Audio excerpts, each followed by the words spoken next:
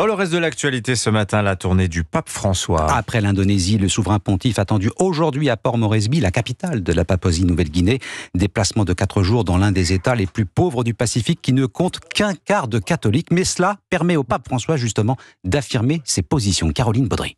La périphérie de la périphérie, François est fidèle à lui-même, loin de l'Europe, proche des plus pauvres, observe Jean-Louis Schlegel, sociologue des religions. Il l'a dit au début de son pontificat, qu'il fallait que l'Église aille aux périphéries. C'est comme si elle devait se laisser enseigner par le plus lointain. Il y a quelque chose de ce genre-là chez lui. On a l'impression qu'il choisit la difficulté. Pour apporter un message de paix et de développement économique et social. À Port Moresby d'abord, la capitale a feu à sang en janvier dernier lors d'émeutes qui ont fait 22 morts.